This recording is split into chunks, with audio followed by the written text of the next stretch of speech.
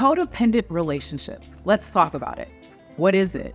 It's when one person enables another person's immaturity, lack of responsibility, poor mental health, to name a few.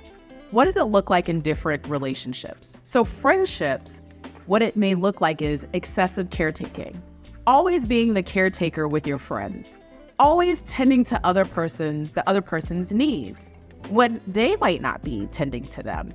2, within friendships, it may be the give and take, the imbalance of giving and taking. You might be constantly giving and they're just receiving. What does it look like in a parent-child relationship? Emotional manipulation from the parent, making the child feel guilty for their behaviors that the parent doesn't care for.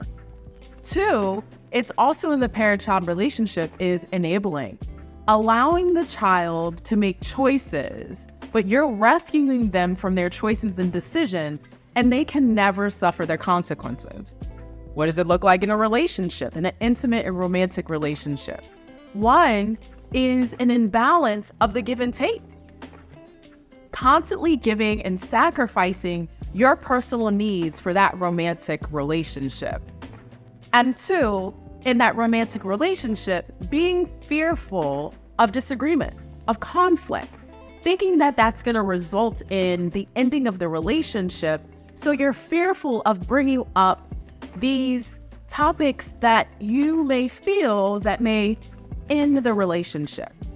So what does codependent friendships do to your mental health? It causes anxiety and worry. You're constantly worried. Are you good enough? Are you doing the right thing? It can cause depression. It can cause resentment and anger. That's not cool. It's not cool to feel that when you're constantly giving and the person may be taking. Where did that come from? Where did the codependent relationship, why are you in a codependent relationship? So I'm going to just name a few where it could possibly come from. It could have possibly came from 1, childhood trauma. You were people pleasing and you just wanted things to be okay. It could have been a chaotic environment. So you learned how to read the room and you decided how do you find peace in chaos? 2, it could have been that a parentification, taking care of your parents or your siblings and really being in that space that you were being the parent when you should have been the child. 3, it could also be that your parents were unavailable emotionally and they weren't there to be supportive and be there for you. So you had to just navigate that. And something you also had to do that can be another reason is your parents' emotional